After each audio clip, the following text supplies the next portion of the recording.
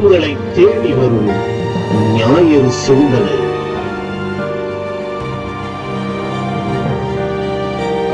இறைவார்த்தை இல்லந்தோறும் நாளும் கேட்க உள்ளம் மாறும்.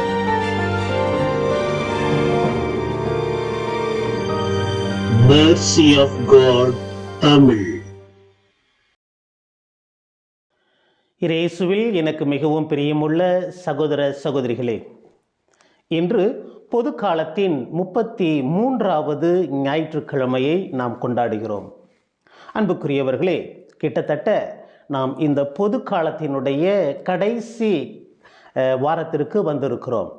அடுத்த வாரம் ஞாயிற்றுக்கிழமை நாம் ஆண்டவர் இயேசு கிறிஸ்து அரசர் பெருவிழாவை கொண்டாடுகிறோம். இதோ இன்று நாம் இந்த பொது காலத்தினுடைய கடைசி வாரமாக இந்த 33வது ஞாயிற்றுக்கிழமை நாம் கொண்டாடுகிறோம். அன்புக்குரியவர்களே, அதன் பிறகு வருகின்ற வாரம் ஆண்டவர் இயேசு கிறிஸ்துனுடைய கிறிஸ்து அரசர் பெருவிழாவை முடித்த பிறகு வருகின்ற வாரங்களிலே நாம் தொடர்ந்து திருவருகை காலங்களை நாம் ஆரம்பிக்க இருக்கிறோம். 4 வாரங்களாக நாம் திருவருகை காலங்களை கொண்டாடி ஆண்டவருடைய வருகைக்கு நம்மையே தயார்படுத்துகின்ற காலத்திற்கு நாம் நம்மை தயார்படுத்திக் கொள்கிறோம். எனவே பிரியமானவர்களே, இன்று இந்த பொது காலத்தினுடைய கடைசி ஞாயிற்றுக்கிழமையான இன்று ஆண்டவர் இயேசு கிறிஸ்து தன்னுடைய 2வது வருகையை பற்றி நமக்கு தெளிவுபடுத்துகிறார். அதாவது ஆண்டவர் இயேசு கிறிஸ்துனுடைய 2வது வருகையின் போது என்னென்ன நிகழ்வுகள் நடக்கும், என்னென்ன நிகழ்ச்சிகள் நம்மை சுற்றி நடக்கும் என்பதை நமக்கு தெளிவுபடுத்துகிறார். எனவே இன்றைய நற்செய்தியிலே மார்க்கு நற்செய்தியினுடைய 13வது அதிகாரத்தில் இறை வார்த்தைகள் 24 முதல் 31 முடிய இறை வசனங்கள் நமக்கு நற்செய்தியாக வழங்கப்பட்டு இருக்கிறது. இந்த நற்செய்தியினுடைய முதல் பகுதியிலே நாம் பார்க்கின்ற பொழுது ஆண்டவர் இயேசு மானிட மகன் வருகையை பற்றி எடுத்துரைக்கிறார். அதாவது காலகட்டங்களிலே பல கஷ்டங்கள் வரும், பல துன்பங்கள் வரும். அதன் பிறகு இந்த ஒரு சில அறிகுறிகள் தோன்றும் என்று சொல்லுகிறார். அதாவது மானிட மகன் வருகின்ற பொழுது கதிரவன் ஒளி தராது, நிலவும் ஒளி தராது, வானத்திருக்கிற விண்மீன்கள் விழத் தொடங்கும், நிலநடுக்கம், பல நிகழ்வுகள் எல்லாம் நடக்கின்ற பொழுது நீங்கள் தெளிவாக இருங்கள், கவனமாக இருங்கள், அப்பொழுது மணுமகன் வருவார் என்று சொல்லி அப்போது மிகுந்த வல்லமையோடும் மாட்சிமையோடும் மேகங்கள் மீது வருவதை நீங்கள் காண்பீர்கள் என்று எடுத்துரைக்கிறார். அதே போல் அதன் பிறகு வானதூதர்களை அனுப்பி அவர்கள் மண்ணுலகில் இருக்கிற ஒரு கோடியிலிருந்து மறுகரை வரை இருக்கிற அத்தனை மக்களையும் ஒன்று சேர்ப்பார், 4 திசையிலிருந்தும் அவர்களை கூட்டி ஒன்று சேர்ப்பார் என்பதை நமக்கு தெளிவுபடுத்துகிறார். அன்புக்குரியவர்களே, இந்த நற்செய்தியை இந்த முதல் பகுதியை நாம் பார்க்கின்ற பொழுது நமக்கு ஏதோ ஆண்டவருடைய இயேசு கிறிஸ்துனுடைய வருகையின் போது இந்த உலகமெல்லாம் அழிஞ்சிரும், எல்லாம் வானத்திலிருந்து எல்லாம் கொட்டிரும், சூரியன் இருக்காது. கண்டிப்பாக இதெல்லாம் நடந்தால் திருவழிபாட்டு நூல்களிலே நாம் பார்க்கின்ற பொழுது இதெல்லாம் நடக்கும் என்று எழுதப்பட்டு இருக்கிறது. எனவே அது நடந்தால் பரவாயில்லை, ஒன்றும் பிரச்சனை இல்லை. ஆனால் பிரியமானவர்களே, இந்த நற்செய்தி நமக்கு என்ன சொல்லுகிறது? நமக்கு வாழ்க்கை பாடமாக என்ன கற்றுத்தருகிறது? இது ஏதோ ஒரு காலகட்டங்களில் நம்ம இருப்போமா இல்லையான்னு தெரியல, இன்னும் ஒரு 1000 வருஷமோ இன்னும் 2000 வருஷமோ இந்த உலகம் அழிஞ்சிரும். இந்த உலகம் அழியும் பொழுது எப்படி அழியும்? வானத்திலிருந்து எல்லாம் கொட்டிரும், சூரியன் இருக்காது, நட்சத்திரம் இருக்காது, நிலா இருக்காது, அப்படிலாம் சொல்லலாம். இதெல்லாம் ஒரு சயின்டிஃபிக்காக அறிவியல் பூர்வமாக நாம் பார்க்கின்ற பொழுது அது வேறு கோணங்களிலே நாம் பார்க்க முடியும். ஆனால் திருவார்த்தை இறை வார்த்தையின்படி நாம் பார்க்கின்ற பொழுது எதற்காக இந்த வார்த்தைகளை இயேசு சொல்லுகிறார் என்பதை நாம் பார்க்க வேண்டும். ஏனென்றால் இயேசு நமக்கு யார்? இயேசு கடவுளின் மகன். இயேசு இதே யோவான் நற்செய்தியை பொறுத்தமட்டில் இயேசு என்பவர் யார்? இயேசு ஆண்டவருடைய வார்த்தையானவர் மனு உருவானார். அந்த வார்த்தையை கொண்டுதான் அந்த முதல் அதிகாரத்திலே, யோவான் நற்செய்தியினுடைய முதல் அதிகாரத்திலே நாம் பார்க்கிறோம். அந்த வார்த்தையானது கடவுளாக இருந்தார், கடவுளோடும் இருந்தார், தொடக்கத்தில் இருந்தார். அந்த வார்த்தையை கொண்டுதான் இந்த கடவுள் இந்த உலகத்தை படைத்தார் என்பதை நாம் பார்க்கிறோம். இதையேத்தான் தொடக்க நூலிலே ஆதியாகமத்திலே நாம் முதல் அதிகாரத்திலே பார்க்கிறோம். கடவுள் வார்த்தையை கொண்டு, தன்னுடைய வார்த்தையினாலே அந்த நிலங்களை படைக்கிறார், வானங்களை நீர்களையும் பிரிக்கிறார். பிறகு நிலவையும் சூரியனையும் நட்சத்திரங்களையும் விண்மீன்களையும் படைக்கிறார். பாருங்கள், தொடக்கத்தில் இதையெல்லாம் படைத்த இறைவன், இதையெல்லாம் தன்னுடைய வார்த்தையான இயேசுவாலே படைத்த இறைவன், அந்த இயேசு இப்பொழுது சொல்லுகிறார் அவையெல்லாம் அழிந்து போகும் என்று சொல்கிறார். இப்போ பாருங்கள், இரண்டு விதமான இரண்டு கருத்துக்களை நாம் பார்க்கிறோம். தொடக்கத்தில் இறைவன் வானங்களையும் பூமியையும் படைத்து அதில் இருக்கின்ற உயிரினங்கள் எல்லாம் படைத்து சூரியனையும் நிலவையும் விண்மீன்களையும் படைத்த இறைவன், ஒளி உண்டாகுக, விண்மீன்கள் உண்டாகுக என்று சொல்லி அவன் அனைத்தையும் படைத்த இறைவன் இப்பொழுது அதே இயேசு கிறிஸ்து நற்செய்தியிலே சொல்லுகிறார், சூரியன் விழுந்து போகும், நிலவு ஒளி தராது, விண்மீன்கள் எல்லாம் விழத் தொடங்கும், இவையெல்லாம் அழிந்து போகும் என்று சொல்லுகிறார். அப்படி என்றால் இவையெல்லாம் அழிந்து போகின்ற அளவுக்கு இதைவிட வல்லமை மிக்க, இவைகளை விட சக்தி வாய்ந்த ஒருவர் இருக்கின்ற பொழுது மட்டும்தான் இவையெல்லாம் அழிந்து போகும்.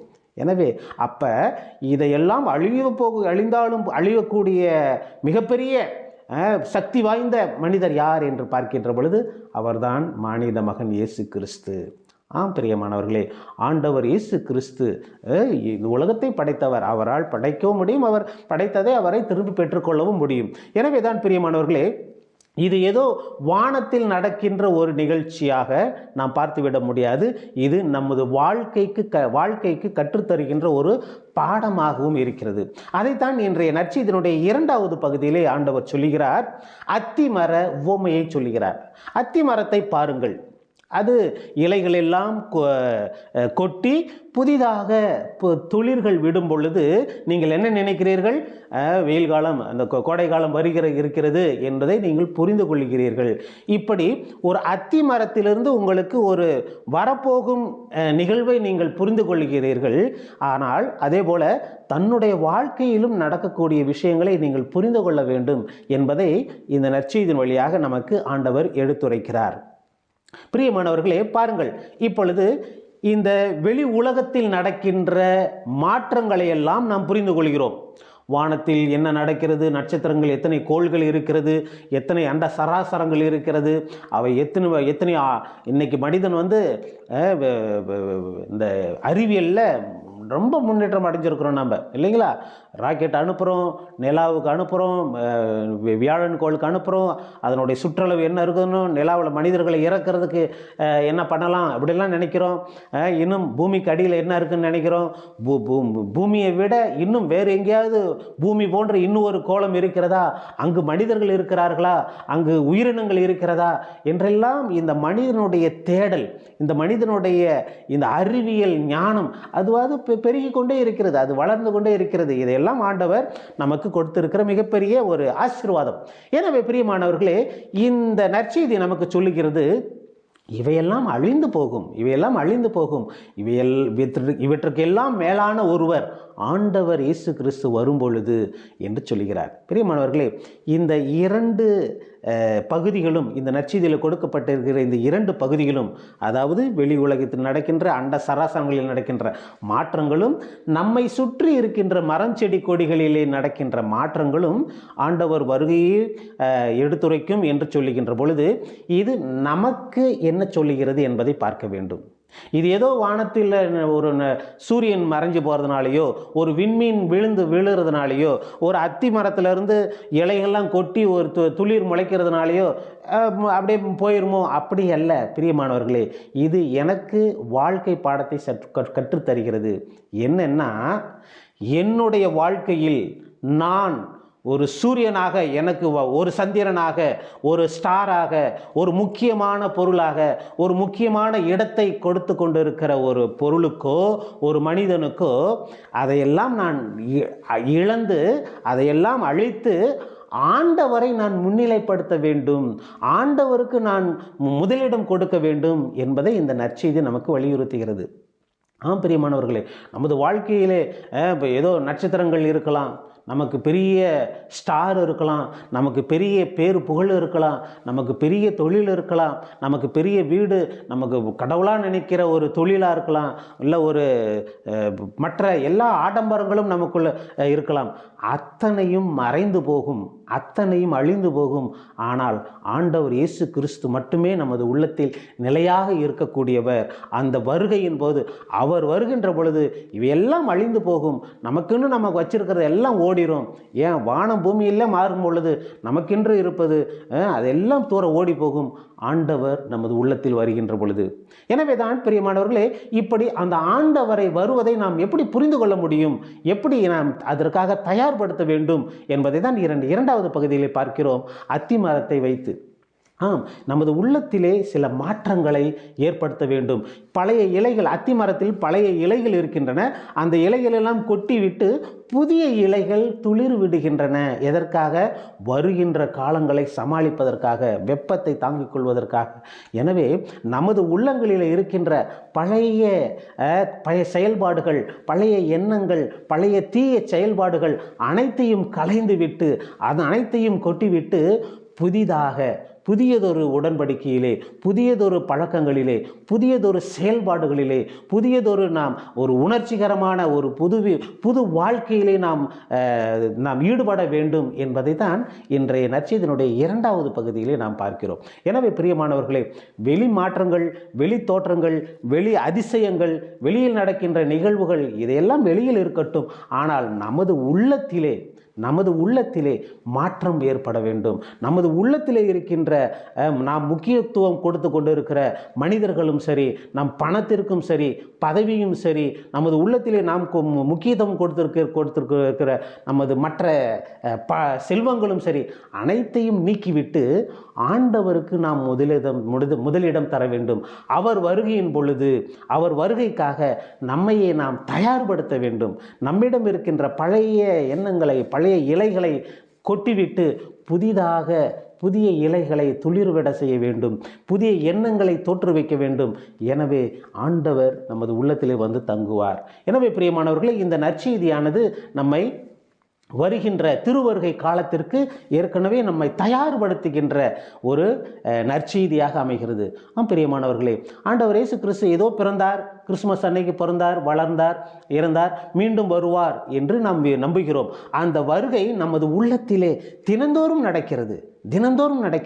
நாம் ஒவ்வொரு முறை நான் பாவம் செய்து மனம் வருந்தி மன்னிப்பு கேட்டு ஆண்டவரின் நற்கருணை உட்கொள்ளும் பொழுது மீண்டும் அந்த வருகை நடைபெறுகிறது. ஆண்டவர் என் உள்ளத்தில் மீண்டும் வர இருக்கிறார், மீண்டும் தங்க இருக்கிறார். எனவே அதற்காக நான் எப்படி வேணாலும் அது ஆண்டவரை வரவழைத்து விட முடியாது. அதற்காக நான் என்னை தயார் செய்ய வேண்டும்.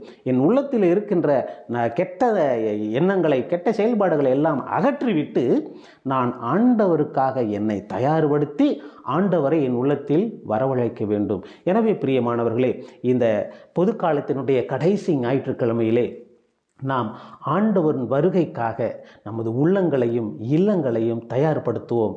இதோ வருகின்ற வாரம் ஆண்டவர் இயேசு கிறிஸ்துவனுடைய கிறிஸ்து அரசர் பெருவிழாவை கொண்டாட இருக்கிறோம். அவர் ஒரு அரசராக தனது மாட்சிமையோடு வானதூதர்களோடு இறங்கி வந்து அந்த நல்லவர்களையும் தீயவர்களையும் வலப்பக்கமும் இடப்பக்கமும் பிரித்து அவர்களை தீர்வையிட வருவதை நாம் பார்க்க இருக்கிறோம். எனவே பிரியமானவர்களே, ஆண்டவருடைய வருகைக்கு நம்மையே தயார்படுத்துவோம். ஆண்டவருடைய வருகைக்கு நமது உள்ளத்தை தயார்படுத்துவோம். ஆமேன்.